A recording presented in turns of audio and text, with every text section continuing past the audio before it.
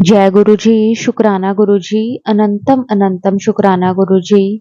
संगत जी, जब हम गुरु जी के साथ जुड़ जाते हैं, संगत जी हम गुरु जी के साथ नहीं जुड़ते, गुरु जी खुद हमें अपने साथ जोड़ते हैं।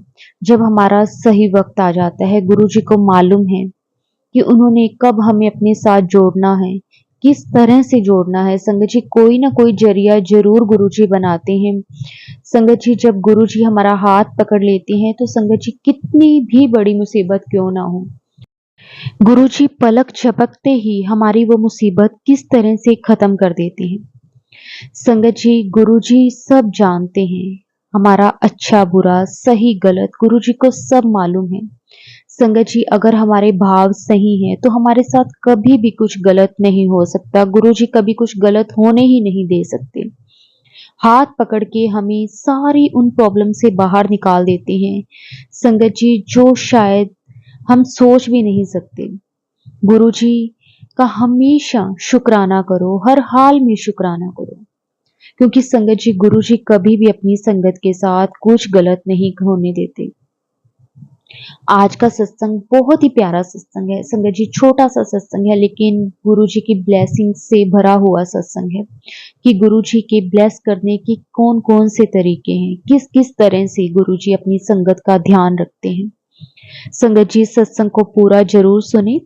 तो अब हम गुरु जी से आज्ञा लेकर संगत जी सत्संग को शुरू करते हैं। जय गुरु जी, शुक्राना गुरु जी, अनंतम अनंतम शुक्राना गुरु जी। जय गुरु जी, जय गुरु जी। संगत जी, मेरा नाम संगीता है, मैं जबलपुर मध्य प्रदेश से हूँ। मेरा यह दूसरा सत्संग है। गुरु जी की कृपा से मैं आज अपना ये दूसरा शुक्राना सत्संग करने जा रही हूँ। इसमें मुझसे बोलने में जो भी गलती हो उसके लिए क्षमा करना संगत जी। गुरु जी, सत्संग शुरू करने से पहले मंत्र जाप करना चाहूँगी। ओम नमः शिवाय, शिव जी सदा सहाय। ओम नमः शिवाय, गुरु जी सदा सहाय। ओम नमः शिवाय, शिव जी सदा सहाय। ओम नमः शिवाय, गुरु जी सदा सहाय। शुक्राना मेरे मालिक, अनंतम अनंतम शुक्राना गुरु जी। बहुत दिनों से ये मैसेज मिल रहा था कि तू शुक्राना कर, तू शुक्राना कर। तो मैं सोचती थी मैं तो रोज़ शुक्राना करती हूँ, फेसबुक पे यूट्यूब पे मैसेज देखकर जय गुरु जी, शुक्राना गुरु जी। फिर ये मैसेज क्यों मिलता है? बाद में सत्संग सुन के, कई सत्संग सुने जिनसे ये समझ में आया कि अपना सत्संग शेयर करना ही शुक्राना करना है। तो आज मैं कोशिश कर रही हूँ, मुझसे जो भी गलती हो मुझे क्षमा करना गुरु जी। मेरी जर्नी 2020 में लॉकडाउन से शुरू हुई। मेरा भाई जो कि दिल्ली में रहता है, उसकी एक कलीग जो कि गुरु जी को मानती थी, उसने मेरे भाई को बताया और मेरा भाई भी गुरु जी के सत्संग सुनने लगा, उन पर विश्वास करने लगा। लेकिन उसकी जॉब ऐसी है कि उसको टाइम नहीं होता कि वो बड़े मंदिर जा पाए या कुछ। लेकिन उसने मुझे भी बताया कि दीदी ये गुरु जी हैं और इनके सत्संग सुना करिए आप, तो आपको भी जो भी परेशानियां हैं वो दूर होती हैं। तो पहले तो मैंने उसे भी मना किया कि नहीं ये सब गुरुओं के चक्कर में मत पड़ना, क्योंकि आशाराम बापू या राम रहीम जैसे सुन रखा था तो मन मतलब किसी पे विश्वास करना नहीं चाहता था। उसको भी रोका मैंने नहीं भाई ऐसा नहीं करो, पता नहीं कौन से गुरु जी हैं क्या है। लेकिन फिर बार बार, या उसकी जो कलीग थी उसने भी मुझसे बात करी, बोली कि नहीं दीदी आप सुना करिए, ये वैसे गुरु जी नहीं है, मैं आपको इनके सत्संग भेजूंगी, आप सत्संग सुनिए आपको समझ में आएगा। उसने कुछ सत्संग भेजे मुझे, सुने, आधे अधूरे सुने। उस समय मन भी नहीं लगता था, क्योंकि पता ही नहीं था कि कौन है, क्या है, कैसे गुरुजी हैं, और समझ भी नहीं आता था। फिर उसको मैंने कहा कि ये तो जो भी सत्संग भेजते हो ये तो खुद के बारे में ही बताते हैं, अपने बारे में ही बताते हैं, ये कैसा सत्संग है?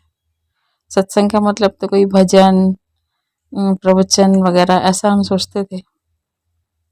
लेकिन फिर उसने कहा कि नहीं दीदी आप ध्यान से सुनिए इनको, आपको नहीं भी समझ में आते हैं तो भी आपको ब्लेसिंग मिलेगी मिलेगी। गुरु जी के सत्संग सुनने से, करने से दोनों में ही ब्लेसिंग मिलती है। आप इनको सुना करिए। फिर धीरे धीरे समझ में आने लगे सत्संग कि हाँ, वो अपने एक्सपीरियंस बता रहे हैं, उनके साथ क्या हुआ, धीरे धीरे समझ में आने लगा। फिर लॉकडाउन के समय में ही मेरे पति की बहुत तबीयत खराब हो गई। उनके कान से गले तक बहुत दर्द और बहुत बुखार, बहुत तेज बुखार। तो बहुत 15-20 दिन बहुत परेशान रहे। कोई डॉक्टर कहाँ जाएं, कोई मिल नहीं रहा था कि कैसे करें। फिर एक डॉक्टर पता चला कि वो बैठ रहे हैं, अभी लॉकडाउन में भी बैठ रहे हैं। तो उनसे देखा तो वो जैसे तैसे बुखार कम हुआ, लेकिन उनका दर्द बिल्कुल कम नहीं हो रहा था। करते करते पूरा 1 महीना बीत गया। फिर गुरुजी से ही अरदास करी कि गुरुजी हमें कोई रास्ता बताइए, क्या करें, कहाँ जाएं। तो ऐसे ही मन में विचार आया कि नाक कान गले वाले डॉक्टर को दिखाऊं। फिर हमने नाक कान गले वाले डॉक्टर को दिखाया। उन्होंने कहा कि थायराइड हो सकता है, लेकिन आप टेस्ट करवाइए, गले की सोनोग्राफी कराइए, ब्लड टेस्ट कराइए। जब गले की सोनोग्राफी हुई तो देखकर ही जब गले की सोनोग्राफी हुई तो वो दृश्य देखकर तो दंग रह गए कि क्या है ये। डॉक्टर को दिखाया तो उन्हें कहा कि बेटा ये रिपोर्ट बॉम्बे जाएगी। ये रिपोर्ट फिर वहाँ से जो भी आता है रिज़ल्ट फिर हम आपको बताते हैं। और उन्होंने 3 दिन की दवाई दी और कहा कि जब तक ये रिपोर्ट आएगी फिर अपन इलाज कंटिन्यू करेंगे। तो देखकर तो हम भी डर गए, लेकिन समझ ही नहीं आ रहा था कि क्या है। डॉक्टर ने भी ऐसे बोल दिया। फिर जब रिपोर्ट आई और उसी समय मैंने गुरुजी का ध्यान किया। मैंने गुरुजी, आप यदि सच में हो तो बस आप ही देखो क्या करना है, क्योंकि आप लोगों की रिपोर्ट बदल देते हो। इतना सुन रखा था सत्संग में। तो हम भी गुरुजी को हम जब जानते नहीं हैं, कुछ समझते नहीं, तो हम भी आजमाने लगते हैं। तो वैसे ही मैंने भी किया। और जब 3 दिन बाद रिपोर्ट आई तो डॉक्टर ने बोला कि भूल जाओ कि मैंने कुछ कहा था बेटा। तो बस उस दिन से जो गुरुजी पे विश्वास हुआ, फिर कुछ दिनों बाद लगने लगा कि गुरुजी का स्वरूप होना चाहिए मेरे पास। तो सत्संग के द्वारा ही पता चला कि स्वरूप को खरीदना नहीं चाहिए। तो फिर जिन्होंने मुझे बताया था गुरुजी के बारे में, उनसे ही पूछा तो उनने बोला एक सोनिया कथोरी आंटी हैं जो स्वरूप की सेवा करती हैं, और उन्हीं से आप संपर्क करें। तो उनका नंबर लिया, उनसे बात करी।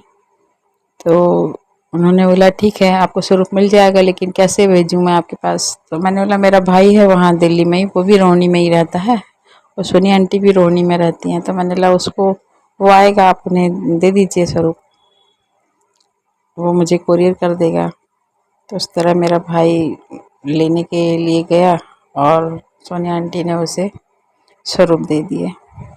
अब मैंने अब उनसे बात तो कर ली, लेकिन फिर मेरे मन में ख्याल आया कि मैंने तो उनसे स्वरूप के लिए बोला तो वो एक ही स्वरूप भेजेंगी, लेकिन कुछ 3-4 स्वरूप मुझे मिल जाते तो और भी मेरे जो परिवार के लोग हैं और भी लोग मांगने लगे कि स्वरूप हमको भी चाहिए। तो हमने कहा चलो देखते हैं। लेकिन गुरुजी की मेहर से जब भाई लेकर आया स्वरूप तो उसने कहा कि दीदी 5 स्वरूप मिले हैं और 3 लॉकेट स्वरूप मिले हैं। बोला शुक्राना गुरुजी, उनने मेरे मन की बात इतनी जल्दी सुन ली और पूरी भी कर दी। और इस तरह मेरे पास 5 स्वरूप आए और जो जिन जिन को चाहिए थे मैंने उन्हें दिए। फिर एक दिन ऐसे बैठे बैठे गुरुजी के स्वरूप को देखते हुए मैंने बोली गुरुजी मुझे कब बुलाओगे दर्शन करने के लिए, मैं भी आपके बड़े मंदिर आना चाहती हूँ। ऐसा सोचा ही था मैंने। और उसी दिन दोपहर में मेरी छोटी बहन, जो कि वो भी दिल्ली में रहती है, गुरुजी को बहुत मानती है, तो कोरोना के बाद 2021 में डोगरी मंदिर हर महीने के पहले संडे को खुलता था, और उसके लिए ई पास बुक करना पड़ता था। तो उसने मुझे फ़ोन किया कि हम लोग डुगरी जा रहे हैं, क्या आप चलोगे? तो मैंने बोला जाना तो है लेकिन मुझे दिल्ली आना होगा। तो बोले बस मेरे मन में ख़्याल आया कि मैं आपसे पूछूं तो क्या मैं आपके लिए स्लॉट बुक करूं? तो मैंने बोला ठीक है कर लो, गुरुजी की मर्ज़ी होगी तो मैं आ जाऊंगी। मैंने दोपहर में ही से बात करी गुरुजी से और थोड़ी देर बाद मेरी बहन का कॉल आया कि उनका बुलावा था और उसने स्लॉट बुक करा और बुक हो गया। और फिर उसने कॉल किया कि दीदी स्लॉट बुक हो गया है और 7 फरवरी के दिन जाना है। पहले संडे था 2021 में और उस दिन थी 3 फरवरी।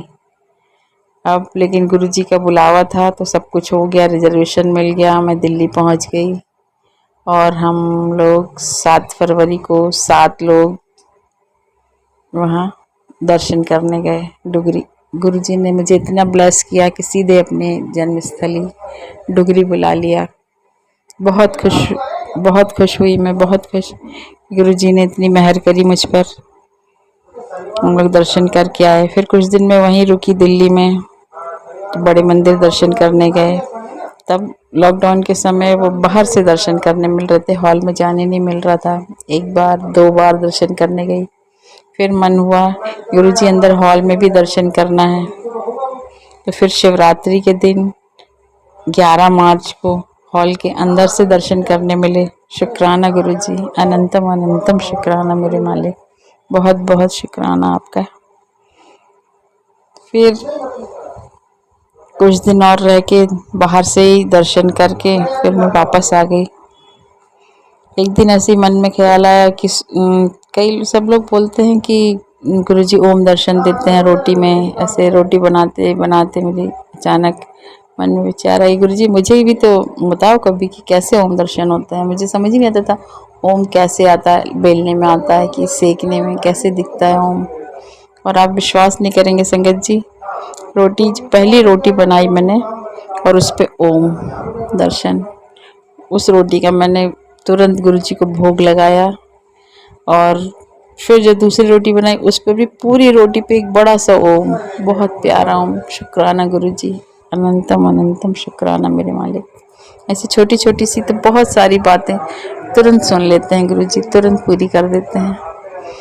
इसी तरह तितली के रूप में उन्होंने बहुत बार मुझे दर्शन दिए, बहुत बार। एक बार मैं ऐसे बैठे कुछ सोच रही थी तो एक ब्लैक कलर की तितली आई, मेरे चेहरे के चारों तरफ घूम के बिल्कुल मेरी नाक को टच करने वाली थी और एकदम से मुझे लगा क्या है, तो मैंने हाथ से भगा दिया। लेकिन थोड़ी दूर जाके वो फिर वापस आई, फिर मेरे चेहरे के चारों तरफ घूम कर चली गई। और वो तितली हमेशा मुझे दर्शन देती, ब्लैक कलर की, उस पर ऑरेंज डॉट्स हैं, बहुत सुंदर। एक बार और फिर आई, वो मेरे घर में हॉल की सीलिंग पे 4 दिन तक बैठी रही। शुक्राना गुरुजी, अनंतम अनंतम शुक्राना अपने दर्शन देने के लिए। जब भी मुझे मैसेज मिलता है कि मुझे तितली के रूप में तुझे दर्शन दूंगा, हमेशा मुझे दर्शन होते हैं। मेरे घर में, मेरे टेरेस पे, जहाँ भी जाती हूँ मैं, मुझे हर जगह गुरुजी के दर्शन होते हैं। कहीं जाती हूँ तो गुरुजी को साथ लेकर जाती हूँ, वहाँ भी मुझे रास्ते में तितली स्वरूप में हमेशा दर्शन हो जाते हैं। कभी कभी सुबह उठो तो सुबह सुबह कबूतर के रूप में दर्शन हो जाते हैं। शुक्राना मेरे मालिक, अनंतम अनंतम शुक्राना। छोटी छोटी सी मुराद तो गुरुजी बहुत जल्दी पूरी कर देते हैं, बहुत जल्दी। शुक्राना गुरुजी, अनंतम अनंतम शुक्राना। अपना सत्संग मैं आज यहीं समाप्त करती हूँ। फिर गुरुजी का जब आदेश होगा फिर मैं सत्संग शेयर करूँगी, मंत्र जाप करूँगी। ओम नमः शिवाय, शिवजी सदा सहाय। ओम नमः शिवाय, गुरुजी सदा सहाय। ओम नमः शिवाय, शिवजी सदा सहाय। ओम नमः शिवाय, गुरुजी सदा सहाय। शुक्राना गुरुजी, अनंतम अनंतम शुक्राना मेरे मालिक, अनंतम अनंतम शुक्राना। जय गुरुजी संगत जी।